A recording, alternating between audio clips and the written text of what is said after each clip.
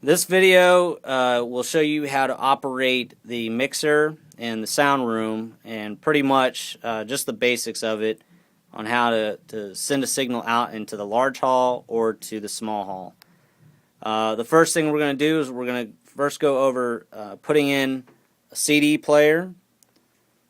Then we'll play music off iTunes on the Mac, and then we'll connect an iPod using this cable over here. So the first thing we're going to do, we're going to go to the CD player. We're going to insert a CD.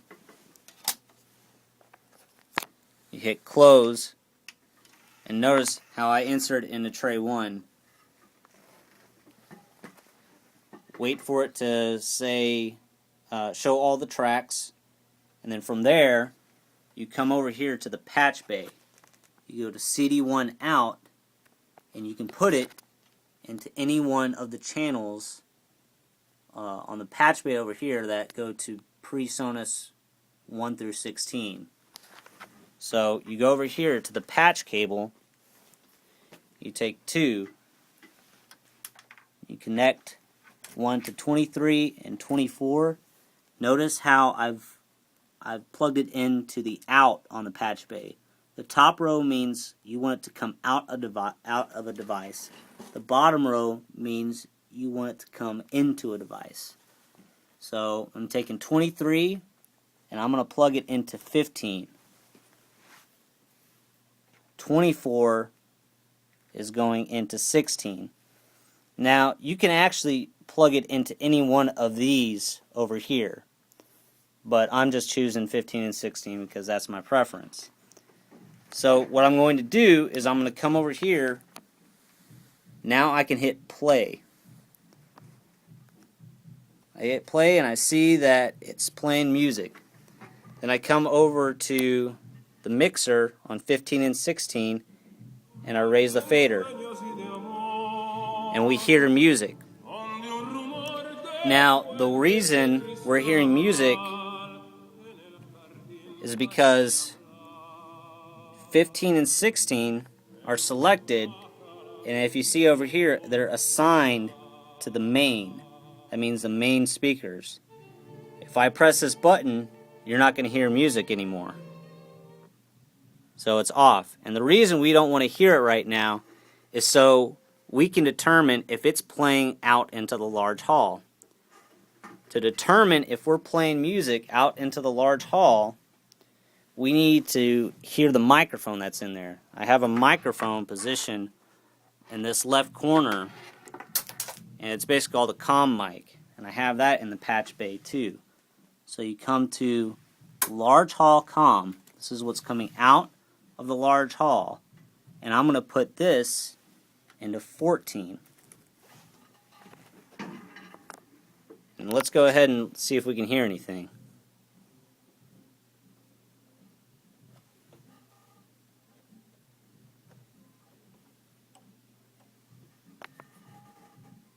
You can barely hear Wally. Wally's actually playing his guitar right now. It's not plugged in. That's why you don't hear a lot.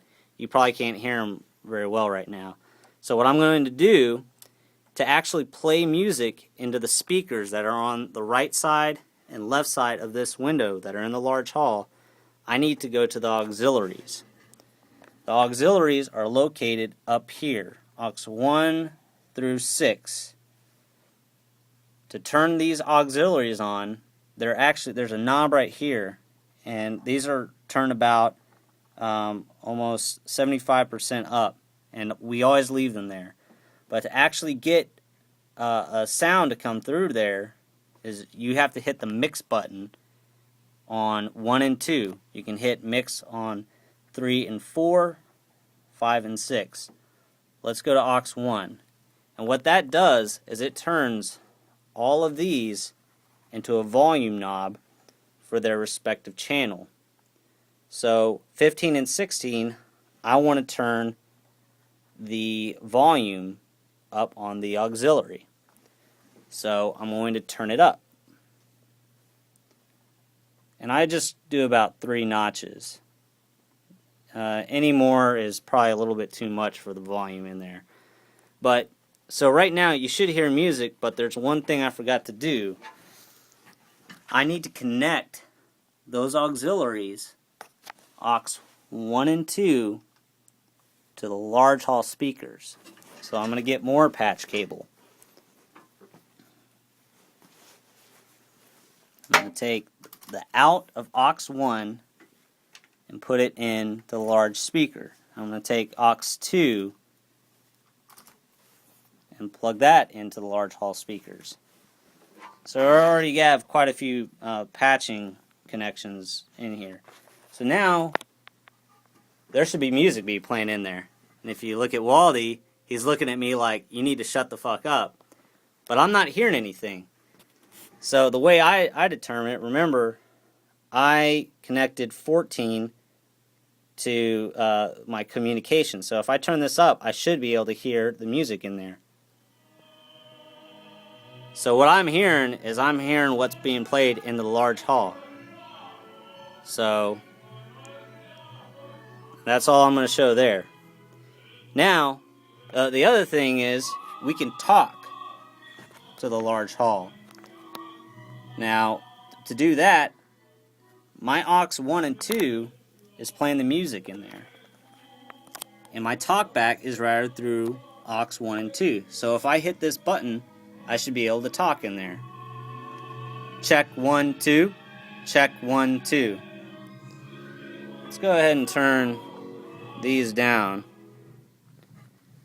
Check 1, 2. You can actually hear my voice in there. And make sure you turn this off, because sometimes people leave that on and then they'll continue talking with that button on and they can hear everything you say. Okay, the next thing we're going to do, this is very similar, is we're going to play iTunes into the large hall. So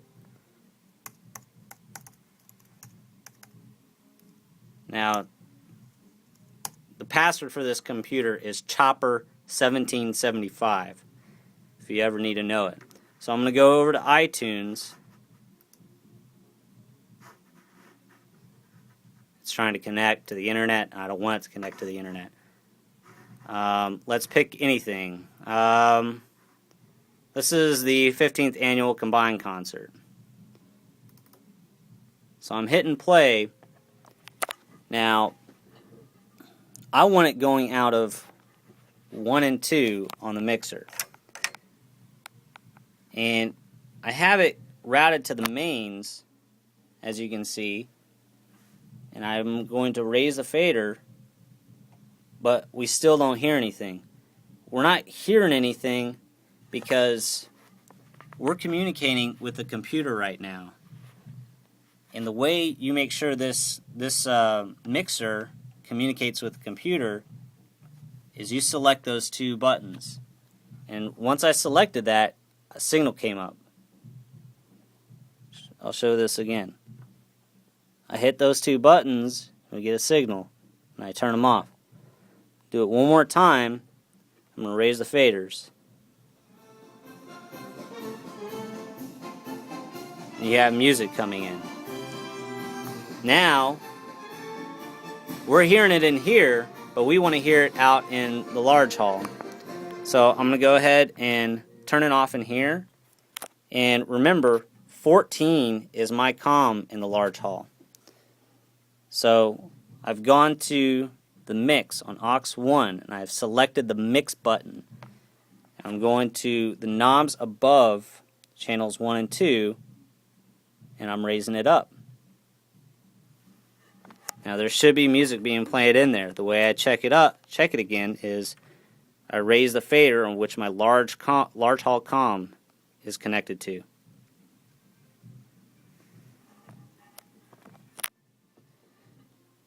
You can kind of hear the music a little bit. So yeah, there's music being played in there right now. So you know it's working. Now I've raised it up much higher because the last CD it's much hotter. The volume was much louder on it.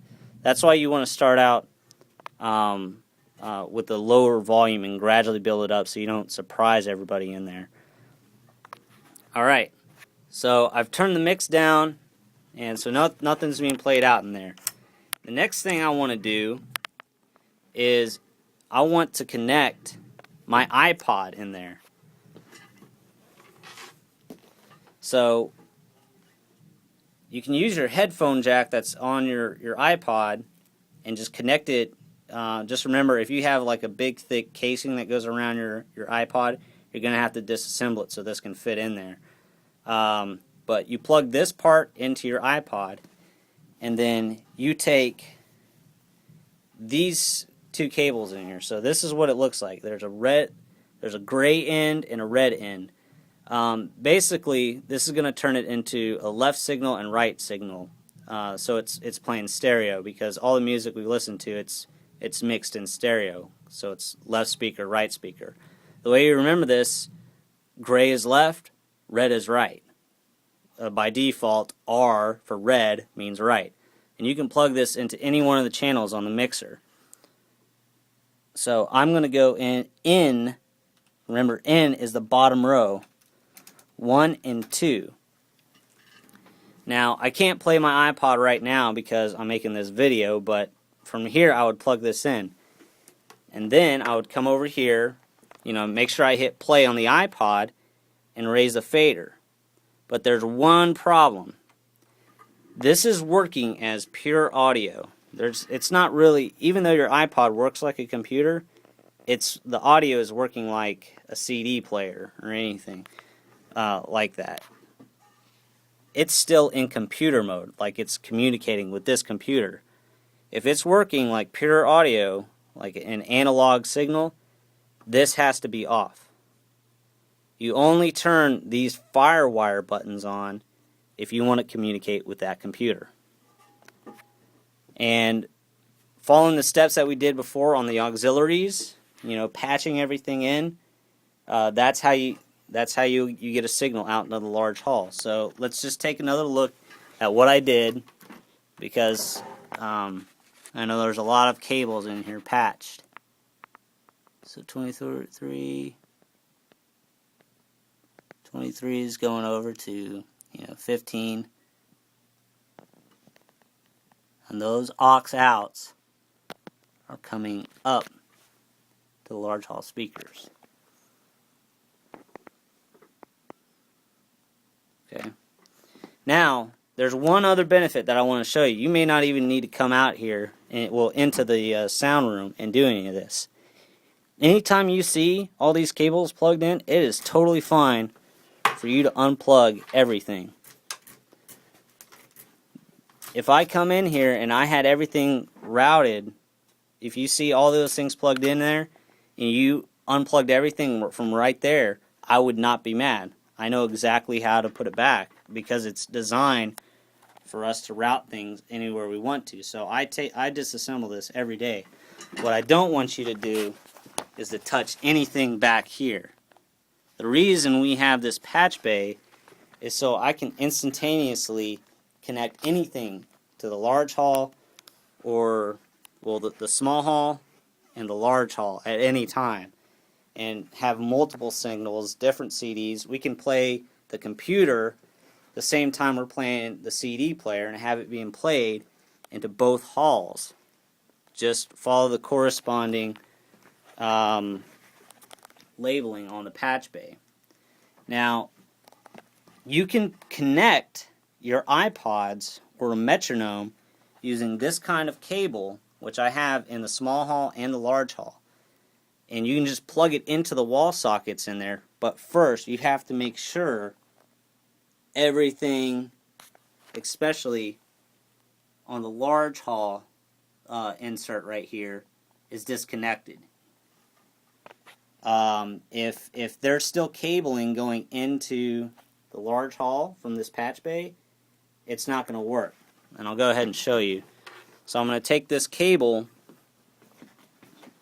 Well, there's already one in there, I know that.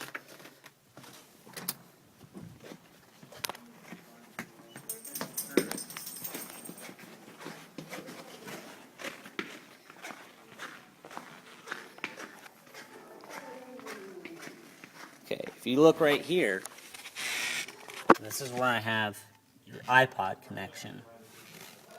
If I plugged in my iPod to this jack right here, the music would be playing out of that speaker right now. You don't even have to turn it off or restart it, but I would recommend starting the volume down low and going from there. Now we have a buzz coming out of this speaker. I'm going to make sure I get rid of that.